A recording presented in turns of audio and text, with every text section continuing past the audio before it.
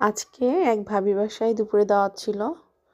দুপুরে খাওয়া দাওয়া করে যখন আমরা বিকেলে বসেছিলাম, চা খেলাম, তারপর ভাবি আমাদের জন্য হঠাৎ করেই গরম গরম ভাপা পিঠা বানিয়ে নিয়ে এলো। ভাপা পিঠাটা অনেক মজার ছিল।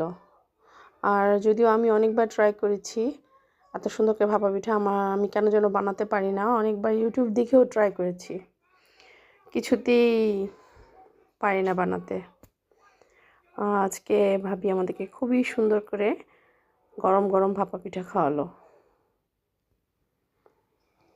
ভাপা পিঠাটা খুব মজার ছিল।